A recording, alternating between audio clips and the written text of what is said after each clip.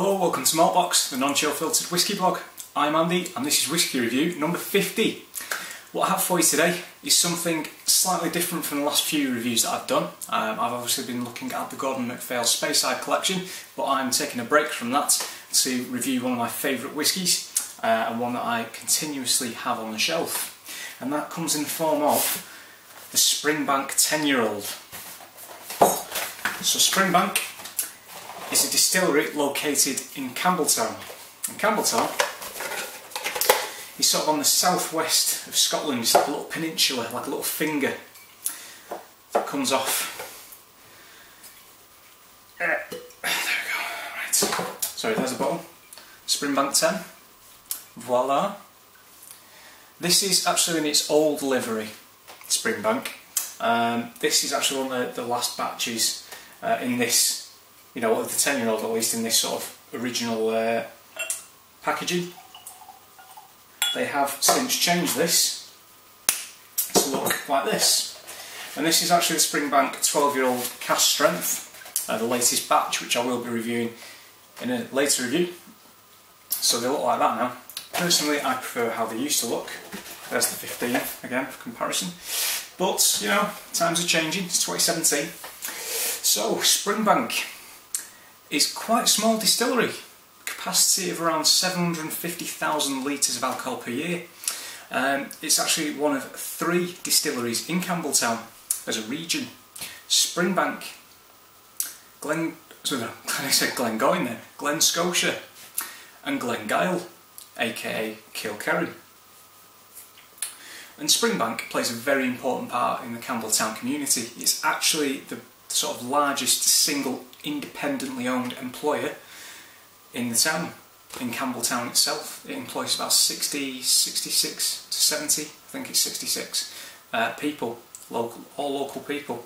It's actually one of the few distilleries that still has its own floor maltings to malt its own barley, which is very rare and a very sort of underappreciated little thing now. A lot of distilleries just tend to buy it all in pre-malted and things. It's like, oh really, come on, you know, get back to basics. So, there are actually 3 different spirits produced at Springbank. Now, you might have thought when I said there were 3 distilleries, well that can't be right, because there's also Hazelburn and Longrow, but they are actually produced at Springbank. Longrow being a heavily peated rum, and Hazelburn being trickle distilled and lightly peated, if any. It's hardly got anything in it. Springbank's sort of midway between them. And what a lovely spirit they do produce over there. So, it's independently owned. I've just mentioned that, which is fantastic. That's another plus point for me, for Springbank. They actually, you might have bought whiskey from Cadenheads, and basically J&A Mitchell, who owns Springbank, also own Cadenheads, so they've got a very close relationship. Which probably is one of the reasons that Cadenheads can source such quality single casks. So, onto the 10-year-old. The 10-year-old is a mixture of both ex-bourbon and ex-sherry maturation, predominantly bourbon. It's around 80% bourbon, 20% sherry. It's bottled at 46%. Right, and I'm going to tell you what it says on the back here. It's not chill filtered, and this single malt whisky is free of artificial colouring. So it ticks 3 boxes. 46%, not artificial colour. This is it. That is the natural colour of the whisky, cask influence all the way, and it's not chill filtered. It's independently owned. On top of that, that's 4 very, very good things. So anyway, enough of me. I'll get onto the nose, shall I? So,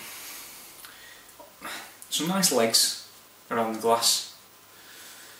We've not gone through colour yet, have we? Sorry about that. Sorry. Nice golden colour there. As I say, it's not artificially coloured. Nice natural colour, which is what we like. So, think of a golden colour, gold blonde, Pamela Anderson. Memories of Pam. Good old Pam. Right, on the nose.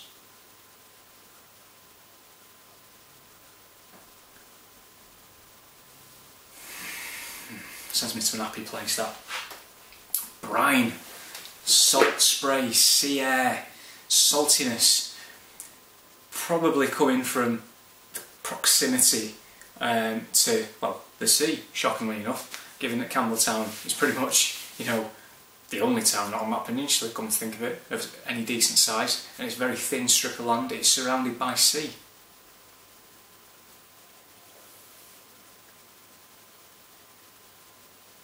There's quite a herbal quality to it, earthy, a little bit of dry moss. There's a sweetness there as well. I can't stand them. Sugared almonds if you want to pronounce it properly. I don't. It's not a heavy sweetness. There's, as I say, there's only a little bit of sherry influence in there, so the predominant flavours are coming from that ex-bourbon cask maturation in terms of the cask influence. And with that in mind, you do now get a bit of vanilla. It's a little bit of spice.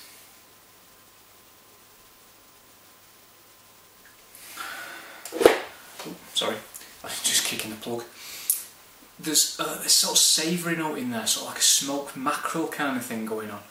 Also, if you've ever been to a Cornish fishing village or a Scottish fishing village or Fleetwood or Whitby in Yorkshire, you might find nets and pots stacked on the docks and around the shipping areas, and it kind of smells like that. It's got this sort of like old fishing lobster pot kind of smell, you know. It's been in the sea for a while, it's salty, it's like old rope and seaweedy kind of thing going on.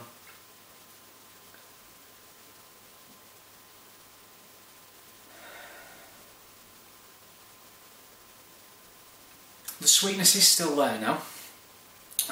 Think kind of like American candy floss, or UK candy floss, cotton candy in America.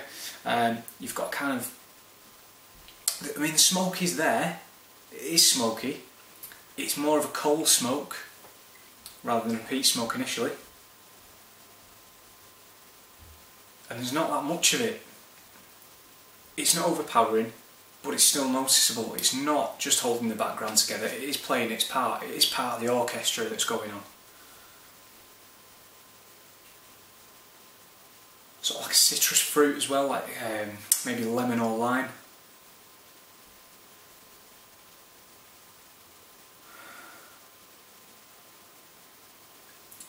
Rhubarb and custard sweets. Definitely getting rhubarb and custard sweets on there, as well as sort of like an apple sauce, which I've never actually picked that up before.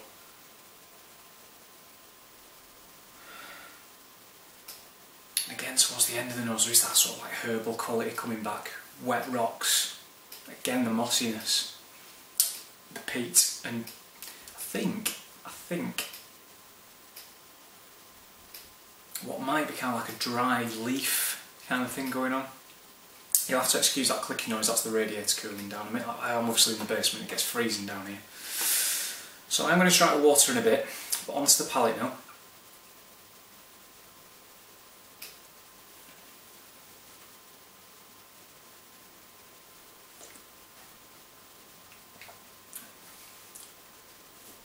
Really good mouthfeel, almost fizzy on the tongue. It's really playful. It is fizzy, wow, okay. The peat's making itself known now. It's definitely sort of woken up and gone hang about. It's definitely rearing its head. Not overpowering again. Towards the finish, vanilla, again with the custard. You've got that saltiness in there.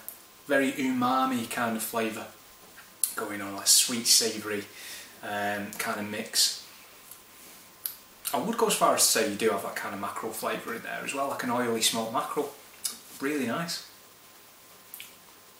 Bit of fruit, again with the apples.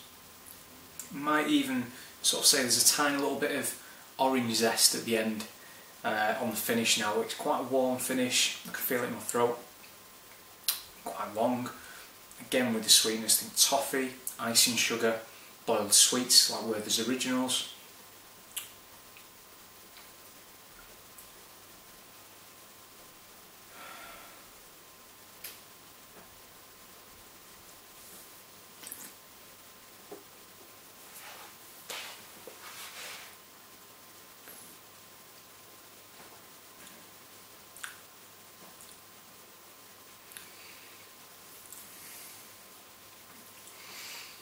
yes, the peat is there. It's really well balanced. There is that herbaceous quality again on the palate.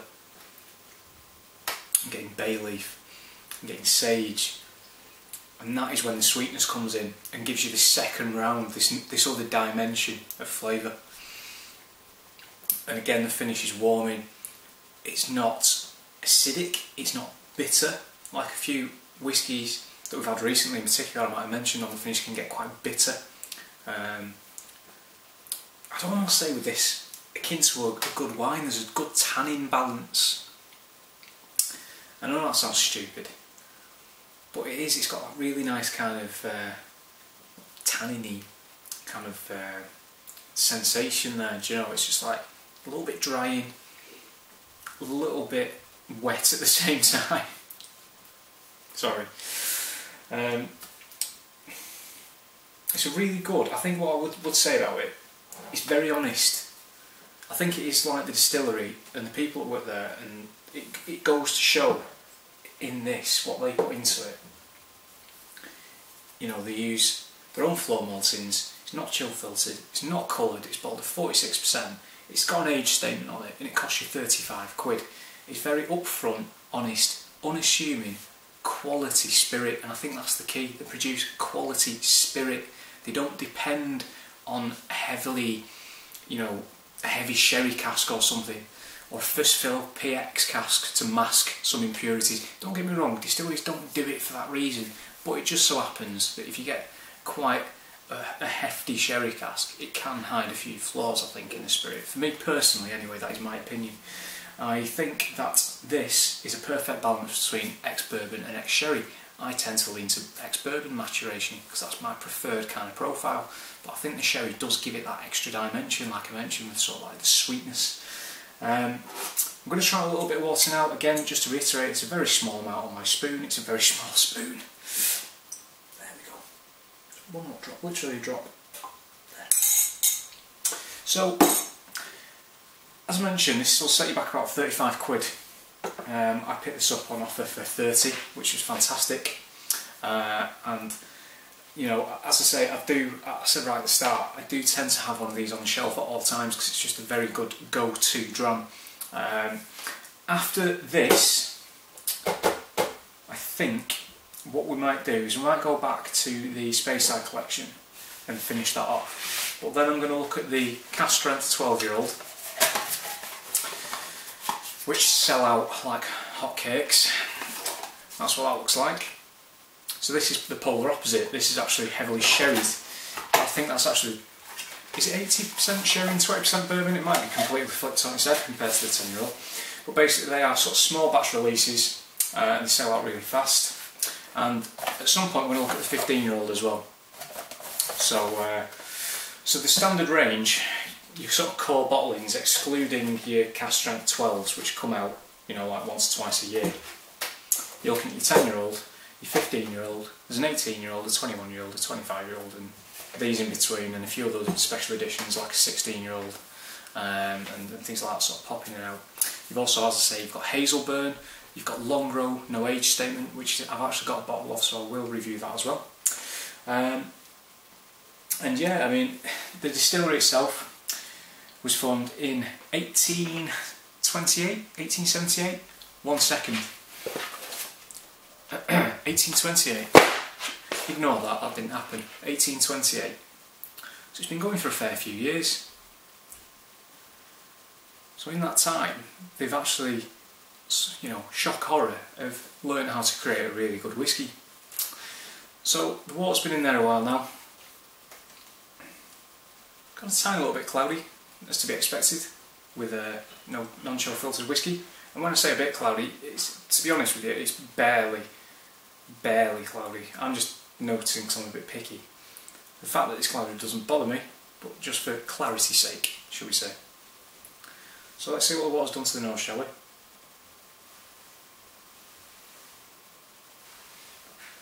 Interestingly, it's actually taken away a little bit of that sort of like ozone-y, salty air, sea breeze, saltiness, brininess kind of ness away. It's taken that away.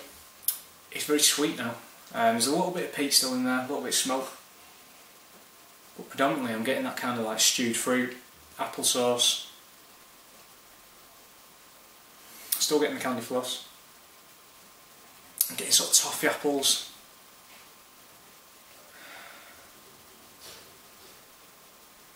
The vanilla and the custard is still there, and I would argue the rhubarb is still there as well, rhubarb and custard kind of thing, because there is that sort of like little sourness to it.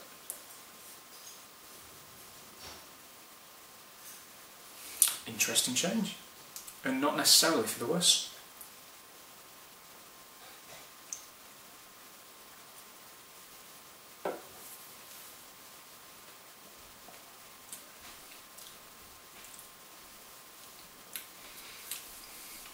The palate, not as fizzy now. The first time round it was a bit like I had a bit of iron brew in my mouth. Second time round, with a bit of water, it's taken that away. It's a little bit smoother, you might argue a little bit more rounded in terms of flavour, but it is also a little bit simpler and more straightforward as well. Again, fruity, quite rich. I will say that, it's quite rich. There's a little bit of savouriness to it towards the end. The peat is there and the smoke is there, but it's not as powerful as it was without the water. Straight. In terms of specific flavours, initially I got a fair whack of caramel. I'm going to go back and see what else.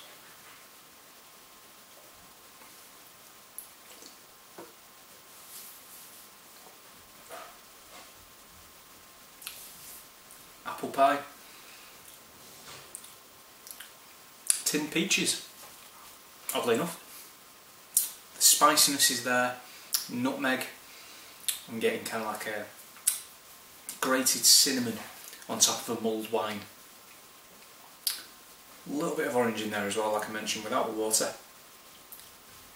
There is, however, now, just towards the finish, it's getting a little bit salty again. Interesting. The mouthfeel was relatively unscathed, still quite a good mouthfeel. The finish, a little bit shorter, still quite warming. Still not bitter, still not acidic, still not overpowering. A very enjoyable all-rounder.